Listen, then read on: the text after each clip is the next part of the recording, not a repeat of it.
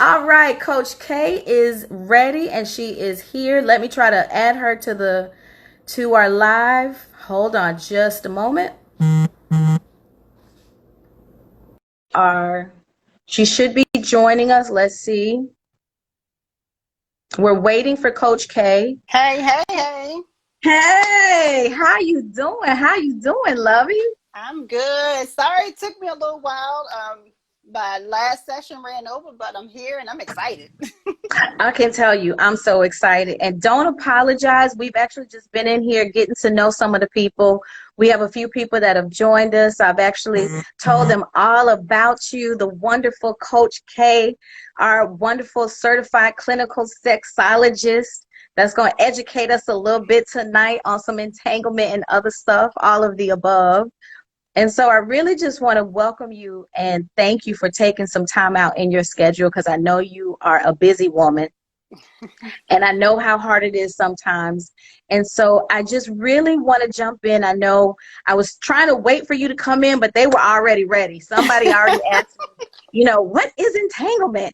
And so we already kind of covered that, it's a complicated or a compromising relationship or situation. And Yes. so one of the things that I want to know, and it actually, before we get into that, Coach K, can you kind of give us a little bit about who you are, what it is that you do, and the type of clients that you see?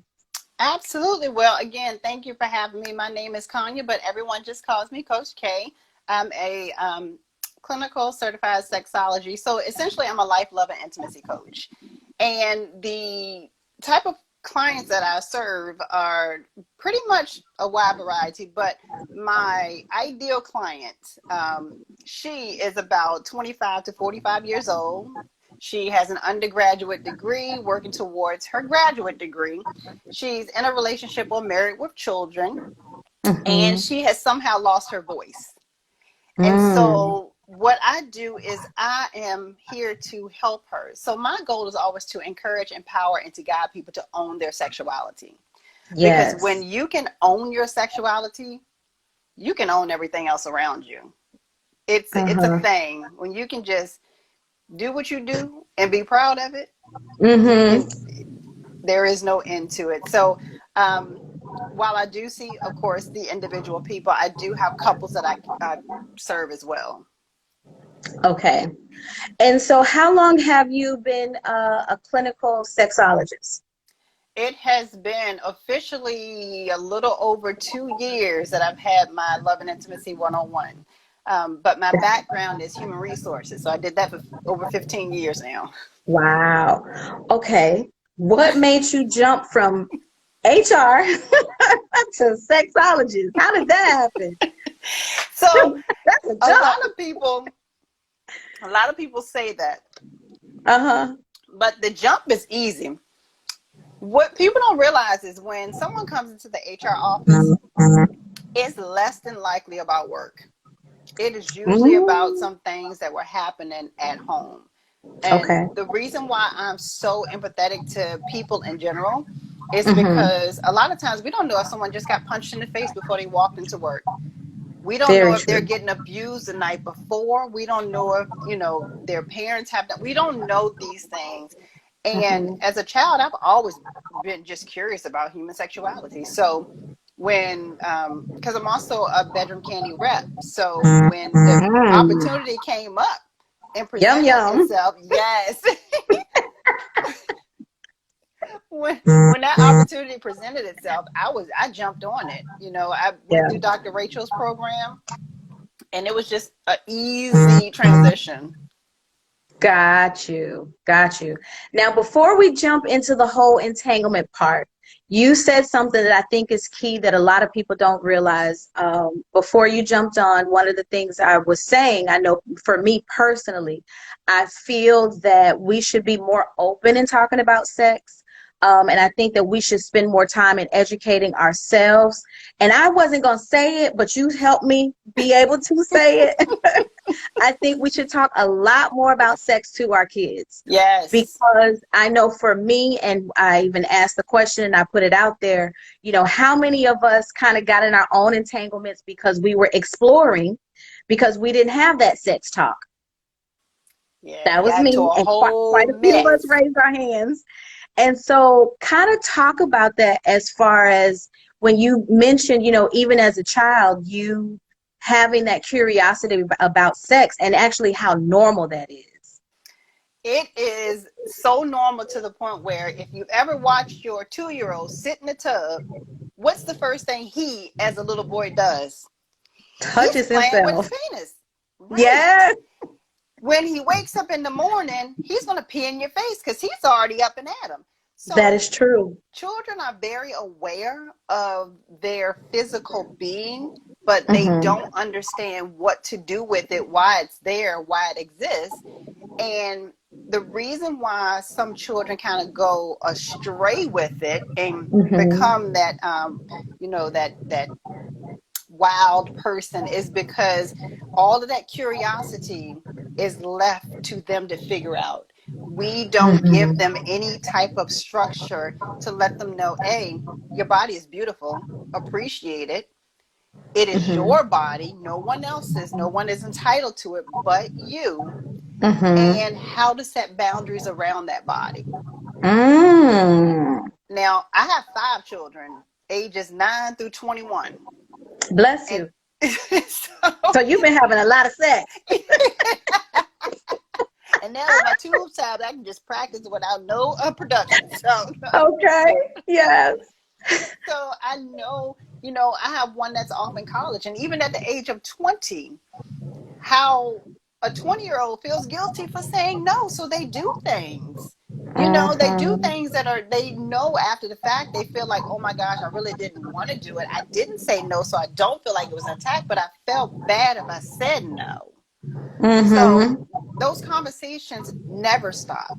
They start as early as when a child can understand. And when I Mm-hmm. say talk about sexuality, I mean to say no one touches your body. This is your vagina. This is your penis. Give them real words. Yes. No one should touch you here unless, Yes. even me, I should not touch you the wrong way. So Mm-hmm. we're starting at ages, 4 or 5 years old, on up, Mm-hmm. well into the 20s. Mm-hmm. Very true. I think what you're saying as far as give them real words is really, really important. My wonderful father, rest his soul, he really meant well. He would always talk about it, but kind of in a roundabout way. He never really put real words to it.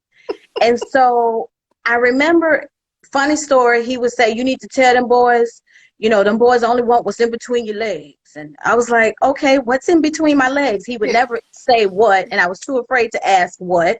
Yeah. And then as I got older, it changed into, keep your panties up and your dress down because they only want, and I and I remember being like 5, 6, 7, like, what in the world? Well, what's under However, that? I appreciate his attempt because Mm-hmm. I do remember even in his try, it really did help me when I went off to college because I remember being propositioned several times. Mm-hmm. And because he had put that in my head so much that by the time I became of age, I started to understand it. So then I was able to tell guys, look, my daddy told me to keep my panties up and my dress down, bro. And he got the keys. So if you want these panties, you're going to have to go real far. Hello. And just being able to say that, it helped me to dodge so many bullets. And so I can imagine the parents that are not having any kind of conversation with their kids, what that leaves them to.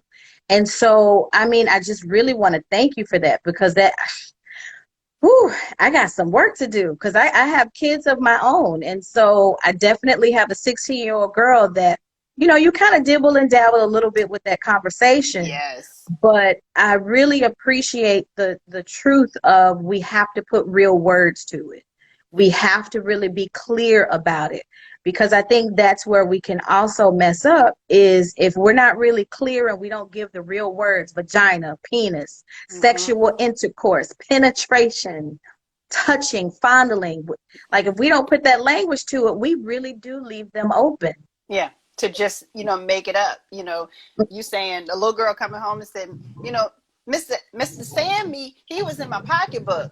And you're thinking that, as a kid, oh, you know, this guy was messing with my baby's pocketbook. Well, you kept calling her vagina a pocketbook, and he was in her Ooh, pocketbook. So you're not understanding that your 5 or 6-year-old is being touched inappropriately.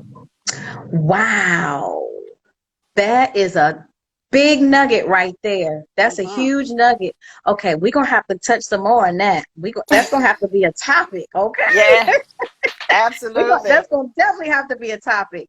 So I know tonight, getting down to it, a few weeks ago, yay to Miss Jada Pickett Smith, and the Red Table, we have a new word that is just out there flying, flying, flying. Entanglement. And Yes. so apparently she used this word to describe her relationship with a gentleman. And I have to put it out there that relationship was over 4 years ago.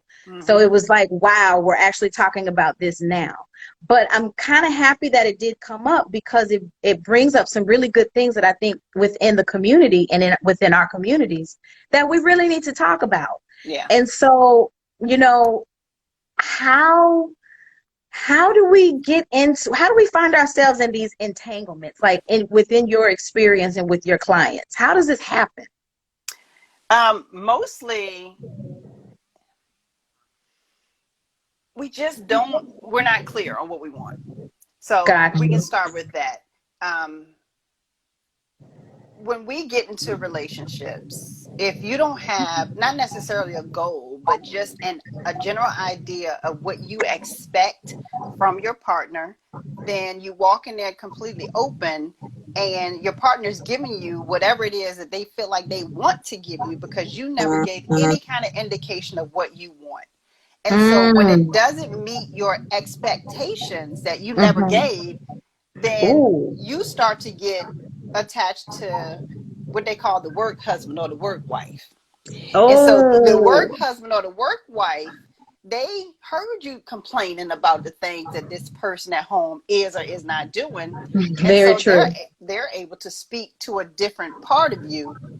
And in that moment, you start to become emotionally attached. And that's where it's going to start at. That emotional Mm-hmm. attachment that you feel like Mm-hmm. you need to feel because you never gave an expectation. And so that work husband or wife, that's a friend, Mm-hmm. now becomes a little bit more because you're now feeling this conversation over here, not Mm-hmm. so much over there with your husband because you didn't give him any clear expectations. Very That's true. one way that we get Oh, into an entanglement. Um, okay. So I can identify with that because I can say I was married for 21 years, divorced now. Um, and I can honestly, when you said that, it was like, ding, I was so guilty. Oh, I was so guilty of that. I was never really clear about what I wanted. And then I mhm. think when I finally did get clear about what I wanted, the relationship was over. the Yeah. damage, the damage had been done. And Hmm. so I can truly understand what you mean about being clear with your partner. But how can you be clear with your partner if you're not clear with yourself? Bam. There you go. You have to understand yourself. And that's the Mm-hmm. thing. We're not clear with our partners because we have no clue who we are and what we want. We just Mm. know that we want something. And, one of the topics that I'll be talking about on my YouTube series is truly my relationship is not your goal. So we got all Ooh. these hashtag relationship goals. So we place these superficial bubbles and superficial Mm-hmm. expectations in our mind, which is why people are awesomely in love with a wedding, but they don't know Oh, how to get in love with the marriage, you say, know? please talk about that.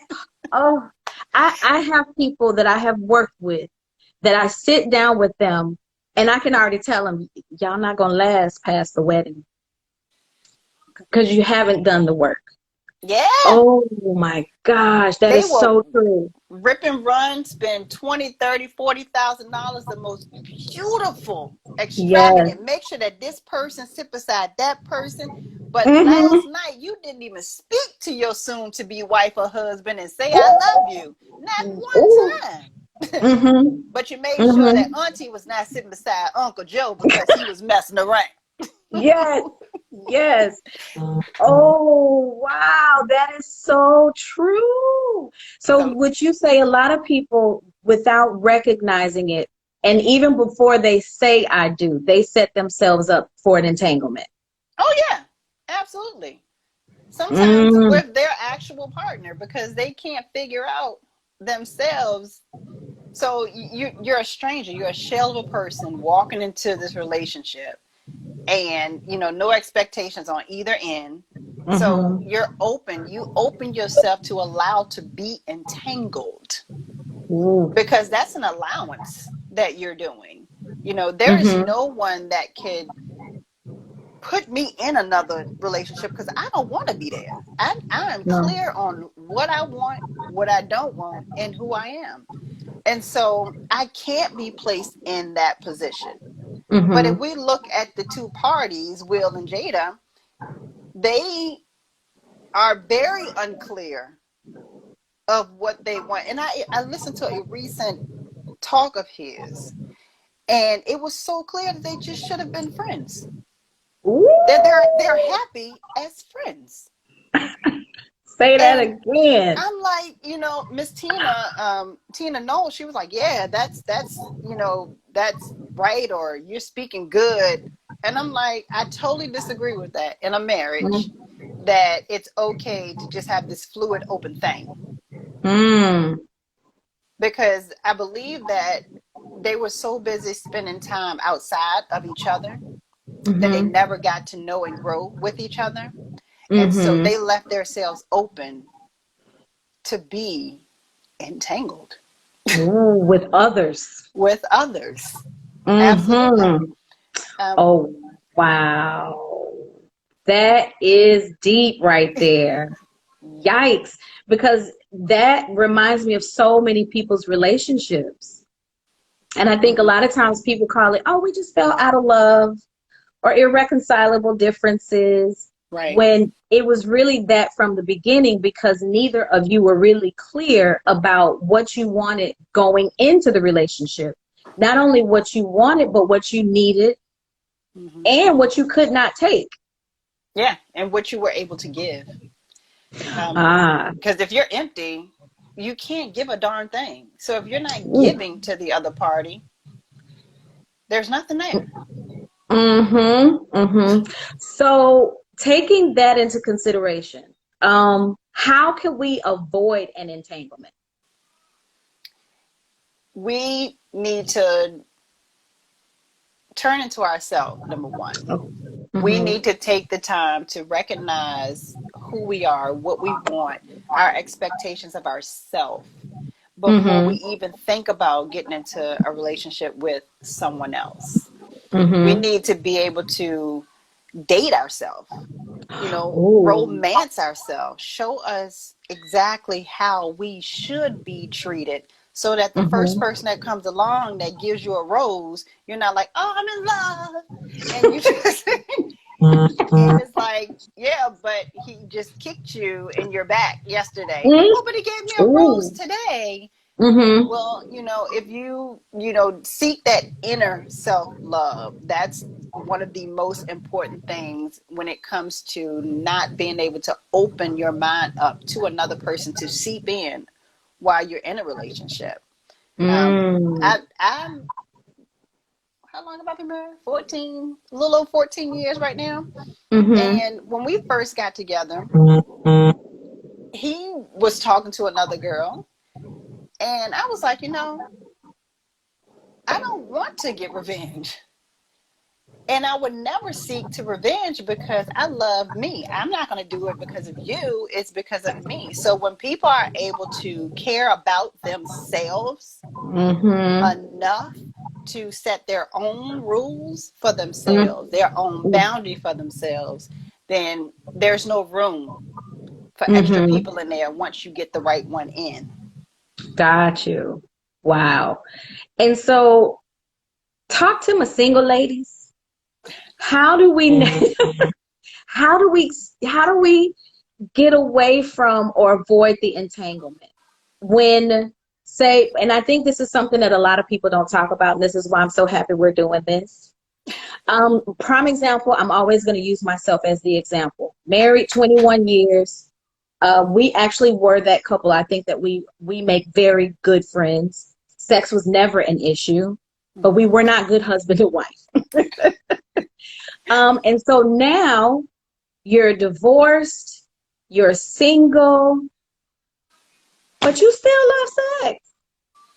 What do you do? Like, how do you avoid the entanglement? How do you avoid the bad relationships or the yo-yo or the multiple partners now that you're single after being married for so long and the sex was not the issue? You make it very clear that when you go into this, it is a physical act versus getting emotionally attached. If you're able to be transparent with people on the front end and just say, I'm not looking to be in any type of relationship whatsoever, then you go and you do what you need to do. There's no spending the night. You don't have no toothbrush at my house. You don't leave your underwear behind. If you left your underwear behind, it went into the fireplace. I don't have it no more. It's no Don't reason go for you to back come for back it. tomorrow. That's right. Don't come. It's gone. At this point, it's gone. Dang. Okay. So you don't leave those breadcrumbs behind. And that's what some people end up doing is, I'm gonna, after about, a month or two, you kind of slide back into that, oh, well, he just treat me so nice. Well, he only see you 3 hours every other night. Of course he gonna treat you right because you went over there for a thing and he gave you a thing. And then if you talking to someone else, be clear about that. You're not the only one. Let's just be real. Because when you start to hide, then you feel as though you're in something. Got you. Okay. So we need to make sure that we're very clear about where we are. And before we're intimate with someone, we also have to make sure that we're clear. Because one of the things that I realize is in my personal journey, I've spent the last 4 years really just moving forward, life after divorce. There are moments that I'm like, okay, I realize as much of naturally I am a wife. Naturally, I am a caretaker. I'm lovey-dovey, cuddly. I love all of those things. And I also had to get clear with myself and really real that I'm not ready for a relationship. It's like, I love you. Yeah, I want to have sex, or yeah, you got me juicy, but I really don't want to be in a relationship. And so it actually has helped me in so many ways, like you said, really being clear and honest. Yes. In the beginning, I was not clear. I was not honest, which did bring on drama. But then as I really I just took a step back and realized, okay, first of all, I do need to spend some time with myself. I need to spend some time going out to eat by myself. I need to be okay going to the movies by myself. Yes, I need to be able to date myself because I was with someone for so many years and we don't realize our lives are consumed with that. Yes. And then would you say that I can recognize now that a lot of women, and I think even men, don't realize that singleness is actually a gift if you have the right mindset for it. It is, because everybody's end goal is not to be married. That's a huge thing that we all have to remember, is that that's what was taught to, back in the 20s, 30s, 40s, 50s, 60s. That was a thing, is you got married, you had a family, you took care of the house. The man could go out and do what he wanted to do, of course, back in those days. But at some point, and the woman secretly did her thing too. She just didn't talk about it. Right. Why that baby look like the neighbor? Mind your business. Ooh. We all cousins. Yes. Okay. We all just have to just recognize and realize that everybody's end goal is not to be married. No. And everybody should not get married. Everybody is not meant to be married, and they shouldn't. I know there are people out there who are really struggling with their lives because it was inbred in them. You grow up, you get a job, you get married, and you don't have a life unless you're a wife. Mm-hmm. And so imagine, it's like, yeah, mommy, daddy, that was for you, but that really isn't for me. And I really do like my life. I really do enjoy being single. But then I can't enjoy it because now it's been ingrained in my head on the other side that you're nothing unless you have a family or unless you have a husband. Like, who are you? What's wrong with you? Are you okay? Right. And when people jump into relationships based on what somebody thinks that they should have, Mm-hmm. that's when we find ourselves potentially getting to those entanglement situations. Ah, very true. I know one of the things that I did see at one point that I have heard a lot of couples say that have ended up in that situation. Oftentimes, it's typically the same thing, that while one may have really been ready for marriage in the beginning, the other person really was not. And it was that situation where the family was like, girl, or, boy, this is a good woman. This is a good man. How could you not get married? Or, and also the getting pregnant part. Well, now that you're Yes. pregnant, you got to get married. And that is so hurtful to not just the people, the adults, but that is such a hurtful thing to the children. Mm. I think that people don't realize how much of a disservice that they do by staying with their partner for the Mm-hmm. kids. That is a traumatization in itself to the children. Now, we won't go deep into that because, yes, that could be for another time. But Oh, we're gonna definitely have that, to do that on another show because yes. oh, I got a lot I could say on that one. Now, Very, very true. it is. Marcos Bustos was saying that, he's scared to date because it's no longer about him. And what if it doesn't work out? He has a daughter now.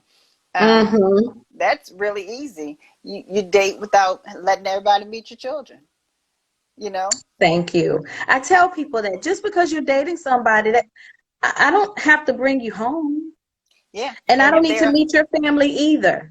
there you We're go. not there yet. You might like me a lot, and I think the problem a lot of times is we get so caught up in the idea of who that person is.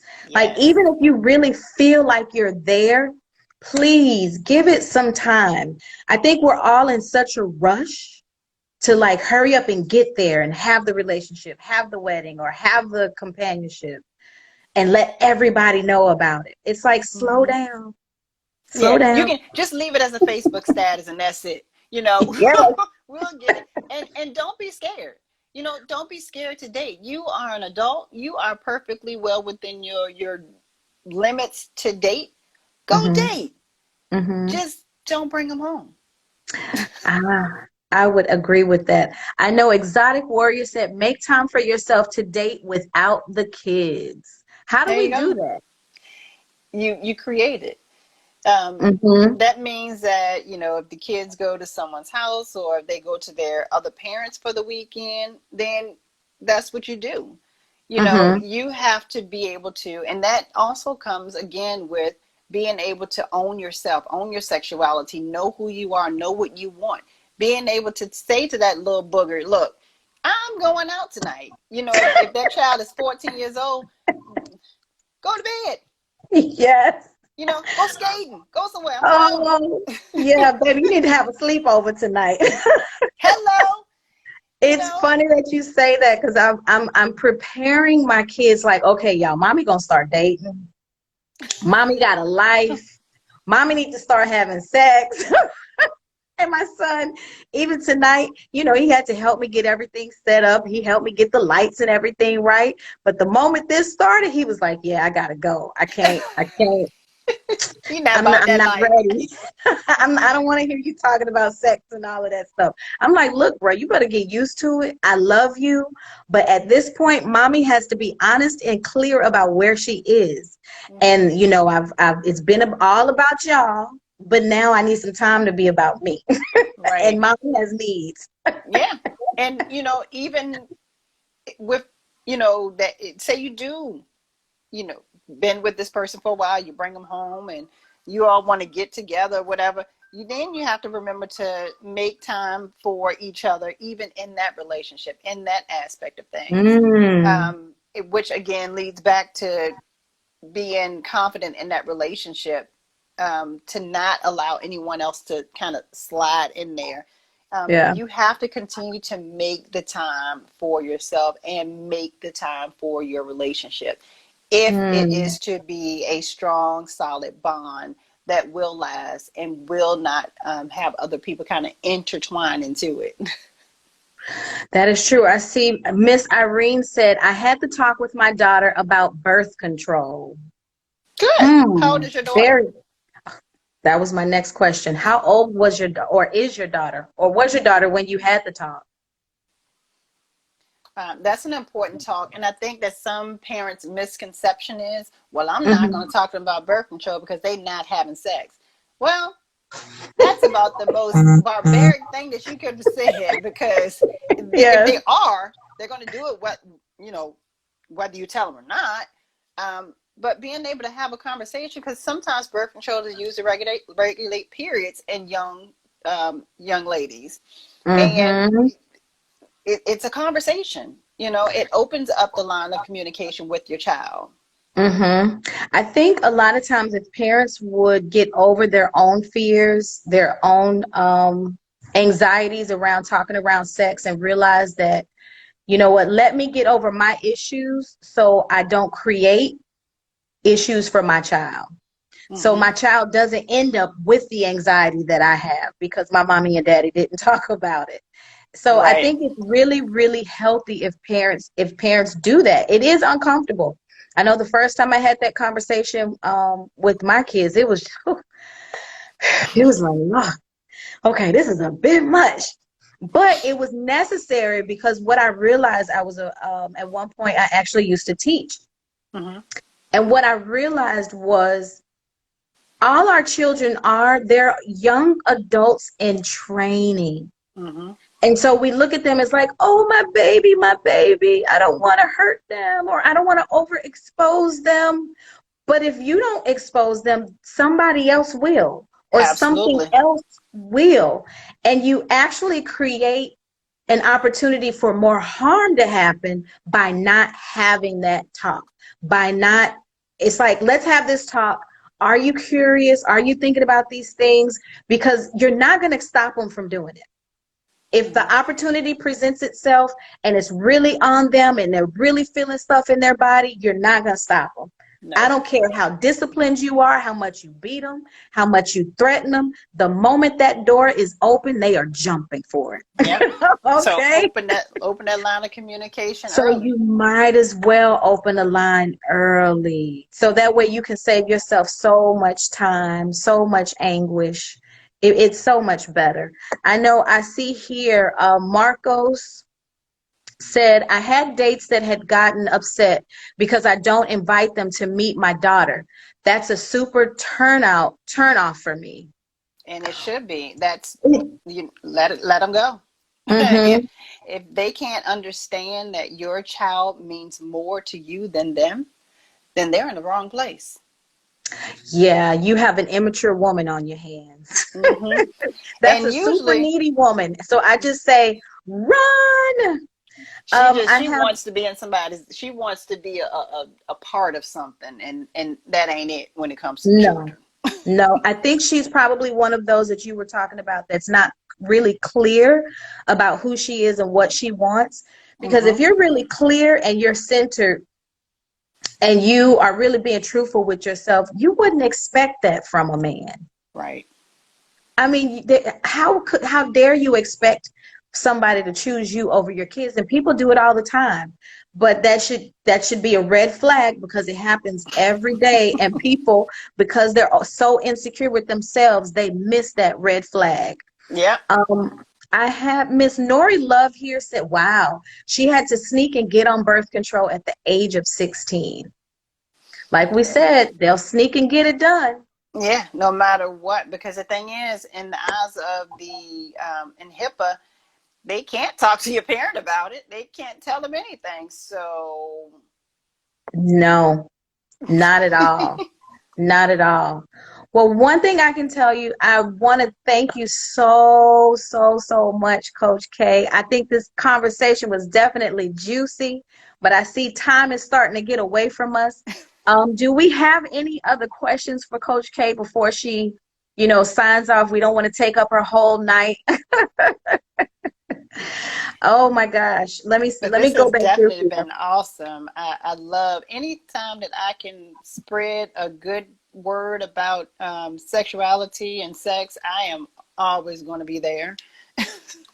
Well, thank you. I know I have here Exotic Warrior said, I want my kids to hear the truth from me when it comes to sex, STDs, and relationships. Yes, and Wh- the important piece to that is to have ongoing age appropriate conversations. oh, that's a good one. Age Yeah, appropriate. yeah. So what if, say I'm that person, I'm not really a sexual person, or even if I am, I'm having a difficult time having that conversation with my kid. I just don't know, like, where do I go to find that age appropriate information? You could even, talk to a health and PE teacher because it's essentially Okay. what they're teaching in the school. You want to be an extension of what they're going to hear. Okay. You can speak to them in regards to your own experience, not necessarily going into whatever details. But if you know, Mm-hmm. say you're an adult who has been molested as a child and you knew how you wanted to be protected, or the conversation that you wish somebody would have had with you without scaring the child, of course. You want to be able to have those conversations. I actually Mm-hmm. have a package within my coaching that I speak with adolescents with the Okay. parents' permission about different boundaries and how they want the conversation to go, because sometimes a child will open up to someone else because they're just not comfortable yet. Mm-hmm. And so my goal is to help that child and parent become comfortable enough where the child just goes to that parent to have those Got, conversations. got you. And our last conversation, our last question of the night, which I think is a good one. What happens when you are bored in bed? That is when you just open up your imagination. Okay. Again, being a bedroom candy rep, I have a whole office full of items. But you know what? Yes. Get to know you. You have 10 amazing friends that's always Woo. waiting to help you when you're bored. Because Okay. the one person that could always ensure your pleasure is yourself. If you Mm. can't please you, there is not another person in the world that will be able to. So, Ooh. Rosie Red Palm and her five sisters, you can get to work with her, or you could get you a nice toy. Why Yes. not? Get you a bag of tricks, I like to call it. Hello. So what do you say for that person that grew up and it's like it's always been taboo, especially if you grew up in the church, super religious, hyper religious, auntie, grandma, mama? What do you say to that person? I say to them, it is time for you to be okay with understanding that you are a human being. Mm-hmm. You are not put on this earth just to breed. You are on this earth to please. It's time to get comfortable. Every once in a while, walk past your full length mirror completely butt ball naked, look at yourself and say, damn, you look Mm. good. It is Yes. okay. Get comfortable in the skin you are in. Be Okay. comfortable having those conversations with whatever partner that you plan to get into bed with. Set clear boundaries and just talk about it. If Got anyone's you. interested in learning how to have those conversations, definitely reach out because I have free discovery calls. We can discover exactly what your goals are and we can reach them together. Exactly. So with that said, let our audience know exactly where they can find you. You can always call or text me. My number is 804-967-4551. I am on Instagram at Coach K101. That's COACHKAY 101. On the internet, you can find me. My website is loveandintimacy101.com. I am here to talk to you all. Yes. Well, thank you, Coach K. We really, really appreciate you. This was definitely eye-opening, and I think a little bit better than I even thought it was gonna be. Okay, I learned a lot. Thank you so much. And I can tell you guys, thank you for tuning in to Love, Lust, and Everything in Between. I told you, you don't know what to expect. We have our topic, but because of the amazing guests that we're going to be bringing on, we can go in so many different directions. So what I would like for you guys to do, if there's anything that you guys would really like to talk about, some topics that, you know, you wished had come up when you were a little bit younger or even now with where you are, please share it, put it in the comments section below. Let us know exactly what it is that you'd like to talk about. So coming up in the next few weeks, we can make sure we touch on those topics. So this is your favorite life coach, Carla D. You can follow me on IG at Carla D365. Again, at Carla D365. And I hope everybody has a wonderful, wonderful night. Bye-bye. Bye, everybody. Bye.